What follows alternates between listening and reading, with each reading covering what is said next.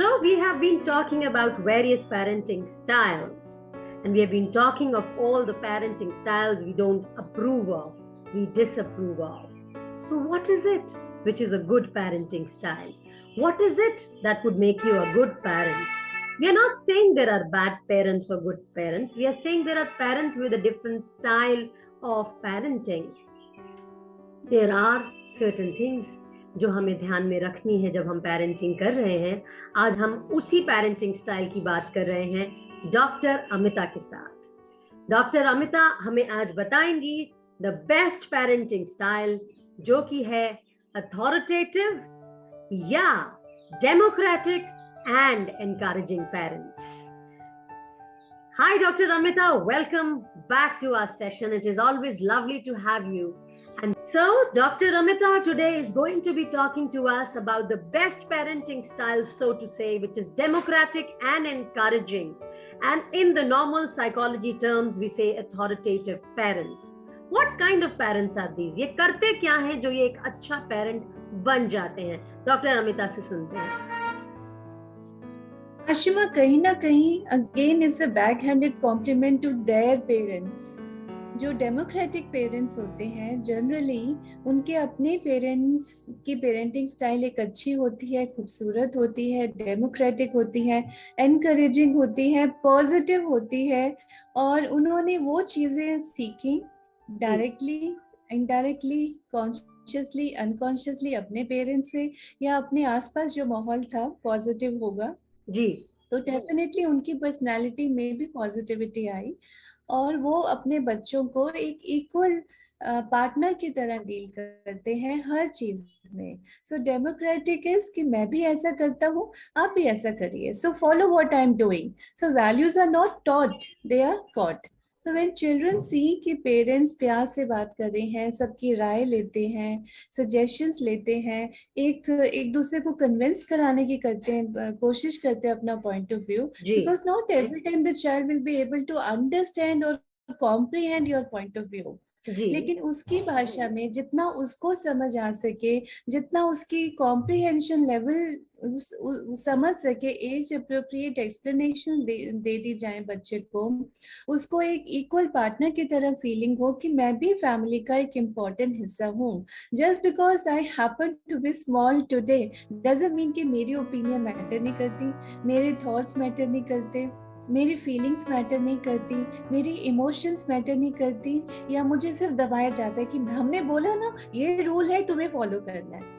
अरे क्यों फॉलो करना है? उसकी रीजनिंग क्या है, रैशनैलिटी क्या है, लॉजिक क्या है, वो भी अगर प्यार से समय देके. टाइम तो जरूर लगेगा आशिमा, आजकल वर्किंग पेरेंट्स हैं, इतनी एनर्जी नहीं रहती. टाइम होता है तो एनर्जी नहीं होती, बोलते अरे जल्दी जल्दी खाओ, ऐसा ही करना है, इसी तरह होता है. अगर हम उसको बताएं कि अच्छा मील, बैलेंस, प्रॉपर डाइट खाने से क्या फायदा होता है, टिंडे की सब्जी या लौकी की सब्जी हम उसको या करेले की भी खिलाते हैं, along with good, so-called good, tasty, delicious meals who look nice also and who taste nice. They may be good, not very good, जो हम सोचते हैं कि नहीं वेजिटेबल्स ये होना चाहिए. I mean this is just one symbolic example. या फिर नेगोशिएशन स्किल्स हम बोलते हैं कि अच्छा बच्चे आप ये कर लोगे तो यू विल गेट दिस, है ना, आप ये करेंगे तो then you are earning this, so this is your earning actually, कि आपको वो डेजर्ट में वो चीज मिला या वट एवर यू वांटेड, या maybe half an hour TV time extra मिला आपको because you did that. So because you have been doing this, you have at least, हमें आपने हमारी बात मानी, हमें satisfy किया as parents, so we also have to satisfy whatever you wish for, because for us you are important. Right. बहुत बार parents बच्चों से ये बात आशिमा नहीं एक्सप्रेस ठीक से कर पाते, और डेली हम लोग ये देखते हैं जब बच्चे यंग एडल्ट भी होते हैं, when they come to us with their issues with parents also, तो half the time Ashima, as I've been telling you earlier, कि हम बच्चों से ज्यादा या यंग एडल्ट से ज्यादा उनके पेरेंट्स की इवन मैरिज काउंसलिंग भी कर रहे होते हैं, because that is also part of family therapy. So look कितना विशियस साइकिल है, one thing leads to another. Good news is one good thing also leads to another. Right, which is wonderful. Doctor Amita, मुझे 2 point समझ में आए आपकी बात से. जो आपने बातें बोली उससे मुझे दो चीजें समझ में आई। पहला, कि जो ये पेरेंट्स हैं ये एनकरेजिंग है, ये डेमोक्रेटिक है, और ये बच्चों को बोल इक्वली अपने जैसा एक इंसान समझते हैं। वो ये नहीं समझते हैं कि ये हमारी प्रॉपर्टी है, जैसा अक्सर काफी पेरेंट्स समझते हैं। और दूसरा, ये पेरेंट्स नेगोशिएट करते हैं या रेनफोर्स करते हैं, जैसे अगर तुम ये करोगे तो तुम्हें ये एक अच्छा मिलेगा। सो ये रेनफोर्समेंट स्किल्स या नेगोशिएशन स्किल्स, और दूसरा कि उनको खुद जैसा समझना, और ये नहीं समझना क्योंकि हम पेरेंट्स हैं, हम बहुत महान हैं, हमारा इन पे अधिकार है, हम इनको किसी तरह भी ट्रीट कर सकते हैं। Am I understanding right doctor Amita? Exactly. तो देखिए ना, इनडायरेक्टली हम बच्चे को रीइंफोर्समेंट स्किल्स टीच कर रहे हैं, नेगोशिएशन स्किल्स टीच करवा रहे हैं, how to get work done out of people. So management skills भी बच्चा सीख रहा है घर में ही। That is why it is said that home is the first school, mother is the first teacher. God could not be everywhere, therefore he made mothers. Home is the first school, you are saying. Home is the first school and mother is the first teacher. Wow, that's so wonderful. मगर क्या ये हमेशा ही अच्छे अच्छे beautiful रहते हैं कि इनके भी कुछ नेगेटिव्स हैं, कि ये ऐसी चीजें करते हैं? जी, हो जाते हैं, क्योंकि पेरेंट्स जब तक बच्चा फर्स्ट 5 इयर्स में आता है, जो कि हम हर बार हर सेशन में बात करते हैं कि first 5 years in a child's life are very important. उसकी पर्सनालिटी 90% बन जाती है, which most of us do not realise. And unfortunately first 5 years में ही parents are getting to know each other.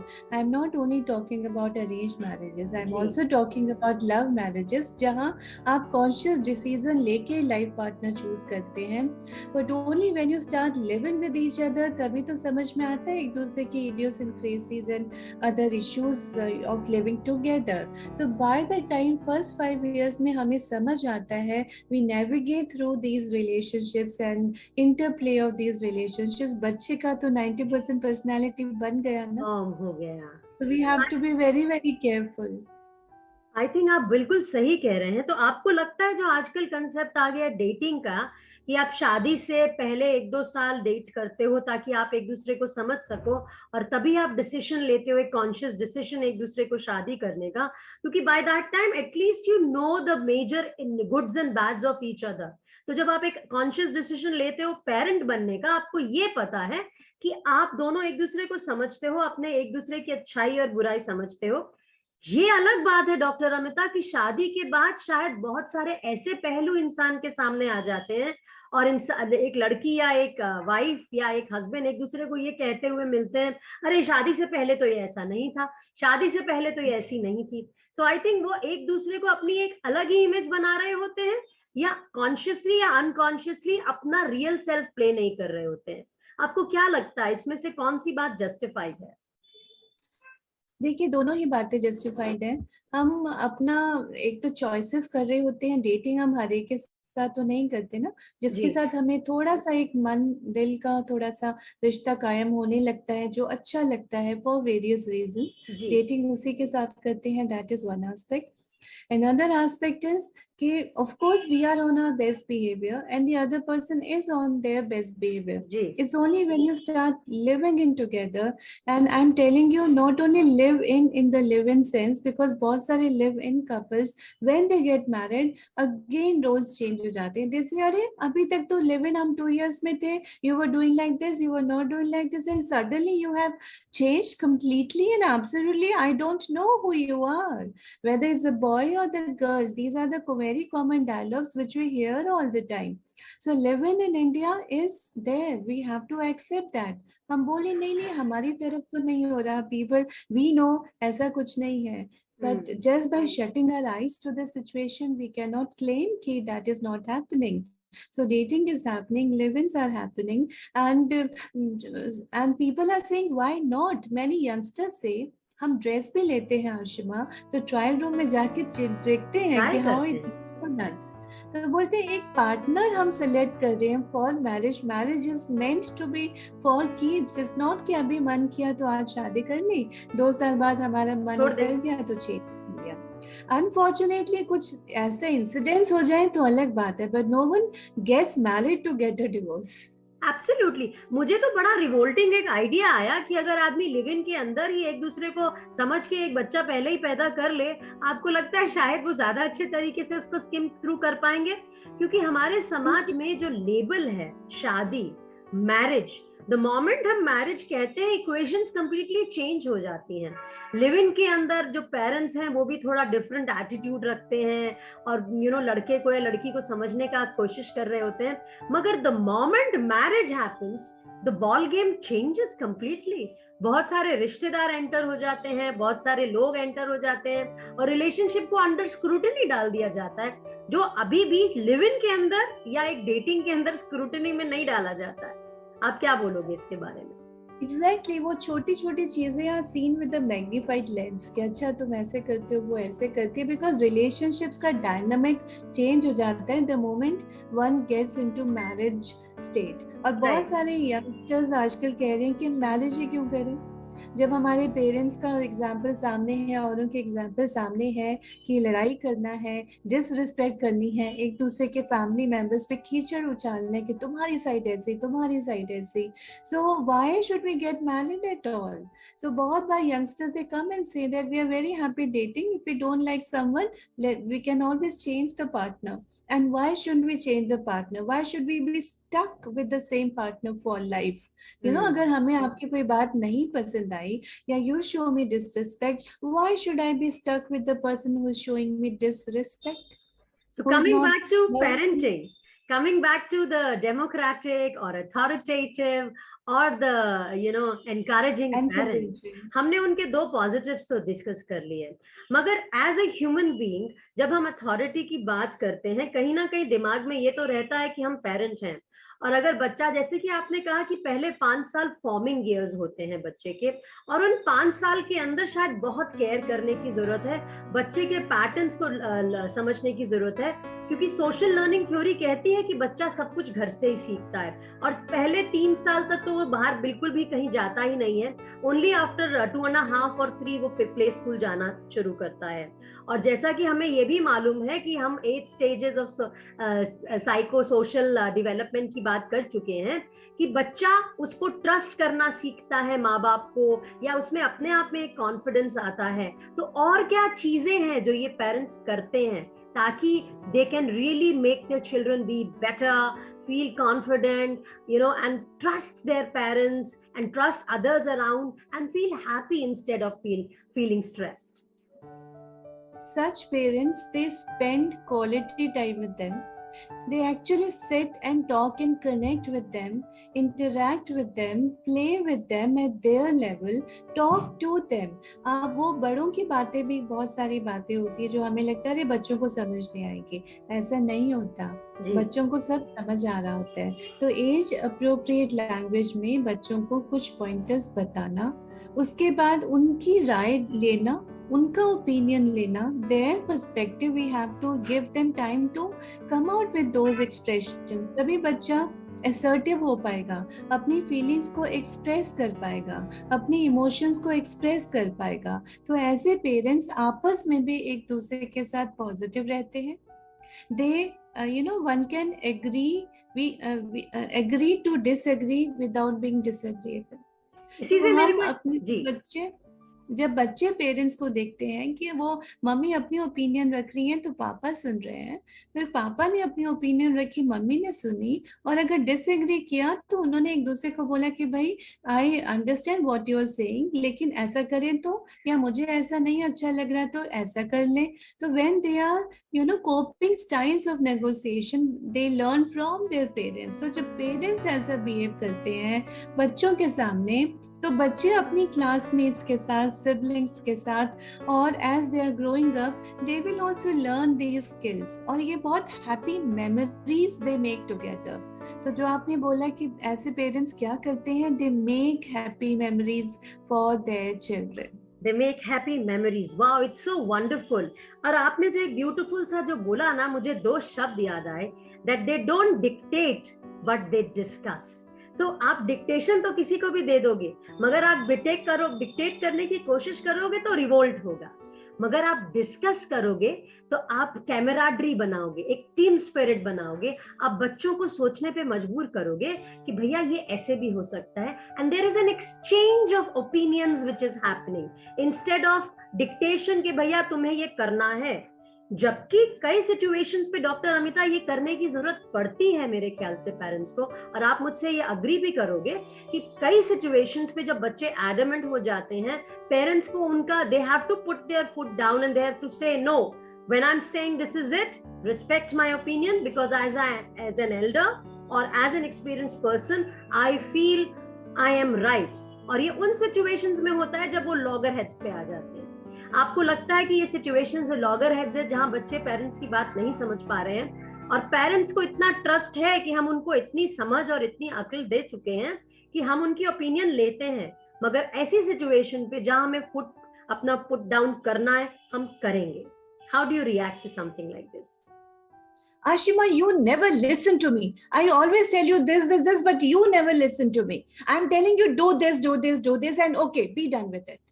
एक तो ये टोन है कि I'm your mother, मैंने authoritatively आपको ये बात कही because I want you to do this, and I know as a mother it is for your own good. Right. एक ये टोन हम बोल सकते कि Ashima, I don't like what you're doing or what you're saying. So please listen to me and do this, otherwise I'm not speaking with you for next half an hour. You want that? I'm very unhappy. I'm very sad. Please do this. So आप emotion blackmail नहीं कर रहे। As a mother, I know this is good for Ashima. लेकिन आपने अपना view point रखा कि it is making you unhappy. So मैंने अपने पे बात लाई कि मेरे को अनहैप्पी हो रहा है. I'm not saying कि Ashima is a bad girl और Ashima is a wicked girl और Ashima never listens to me. बात तो हम वही कर रहे हैं, तरीका, जैसे अंधे को अंधा नहीं बोलते, सूरदास कहते। Wow. So what you're trying to say is कि using of negative words should be restricted. हम लोग नेगेटिव वर्ड्स यूज करके उनको ये बताने की कोशिश ना करें कि वो कुछ ऐसा अपराध कर रहे हैं। Instead we can make them have that feeling of involvement.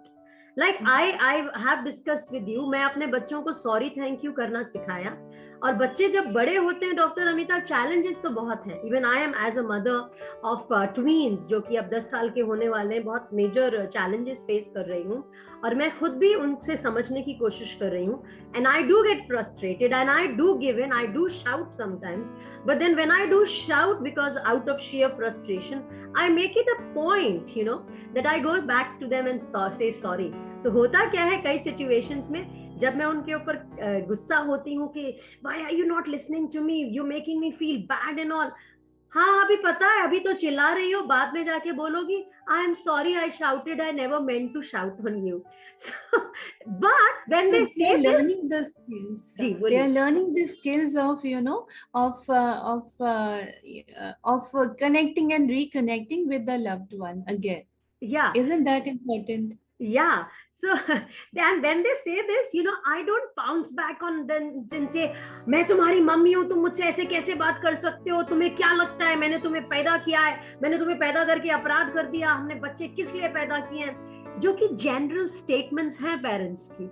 उनको वो अपने बच्चों को यही बताते रहते हैं, हमने बच्चे पैदा किए तो हमारा तुम कुछ करो, हमारी बात सुनो, एंड पैदा किए तो भैया हमारे लिए थोड़ी पैदा किए थे। तो I am your biological mother, you must listen to me. तो बोलते यार तो उससे क्या हो गया? He says कि वो सिचुएशन या वो माइंडसेट जिसकी वजह से आपको एक प्रॉब्लम आई, क्या आप उसी माइंडसेट से उस प्रॉब्लम का सोल्यूशन ढूंढ सकते हो? Can you look for the solution with the same mindset? And the answer is no. We'll have to change the mindset somewhere. We'll have to get onto the mode of trying to say something different. As a parent, we can't try to, use all those age-old cliched, जो पुराने तरीके के phrases हैं या बात करने के तरीके हैं अपने बच्चों से. I think we'll have to start changing ourselves to have that positive outlook. और जैसा कि डॉक्टर अमिता ने बताया आज हमें कि पेरेंटिंग में encouraging and authoritative parents वही होते हैं जो बच्चों को डेमोक्रेटिक तरीके से पालते हैं. कुछ तुम्हारा कुछ मेरा, सब कुछ मेरा नहीं, सब कुछ तुम्हारा नहीं. We are all the same, but let's discuss on the table. Let's negotiate. Let's talk. And I think talking is very important. Dr. Amita, thank you very much for a beautiful input on this. always indebted and in gratitude. Thank you all. God bless.